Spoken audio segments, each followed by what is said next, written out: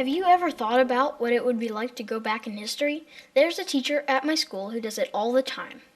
Mr. Christensen teaches preschool. He's also the captain of the Missouri Irish Brigade of Civil War reenactors. This is a group of people who recreate what it was like to be a soldier in the U.S. Civil War. Mr. Christensen got started doing historical reenactments when he lived in Maryland. He was part of a unit that did the French and Indian War. When he moved to Missouri, he decided to try doing the Civil War. The Irish Brigade participates in many reenactments every year. I went to see them fight in a battle at Shoal Creek in Kansas City. After the battle, I sat down with Mr. Christensen to find out more.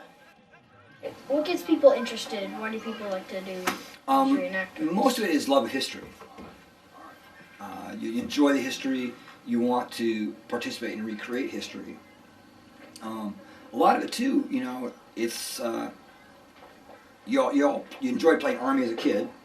So this is playing Army as an adult, and it's camaraderie. You're sitting around the fire having a beer after the battle. You have a common theme that you can talk about and share stories with. It's a chance for you to get together with your buddies. Some people have bowling leagues. Some people play dodgeball. We reenact. The battle at Shoal Creek had about 300 people in it. The largest event that the Irish Brigade has done was at Gettysburg, and there were more than 10,000 soldiers in the field that day. The Irish Brigade is an infantry unit, so they march and carry rifles. There are also artillery units that fire cannons, and there are even cavalry units who fight on horseback. The guns don't fire bullets, so no one is really in danger. The soldiers use paper cartridges loaded with gunpowder, so the guns make smoke and a lot of noise when they are fired. Sometimes the troops recreate an actual Civil War battle. They might even be assigned a real soldier from the Civil War who they will be playing.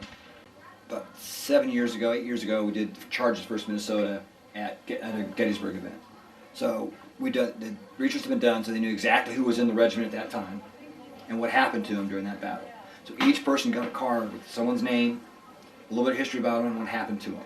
And if there was a photo, that photo. So that one, you knew exactly what was going to happen to you. Other times, the reenactors do a general battle that is not based on a real event. They have to decide what will happen and who will win.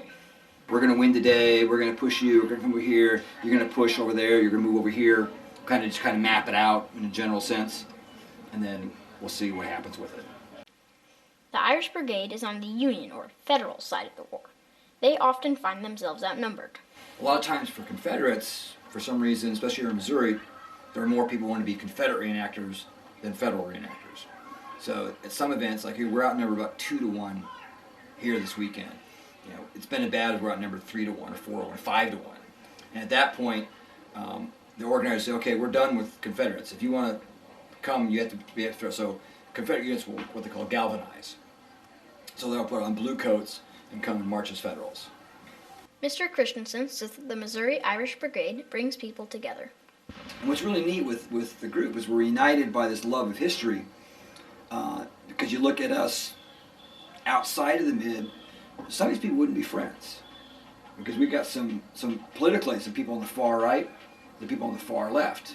We have some very conservative religious people, and we have some very liberal religious people who normally wouldn't spend a lot of time together, especially in today's society. The Missouri Irish Brigade makes an interesting time in American history come to life.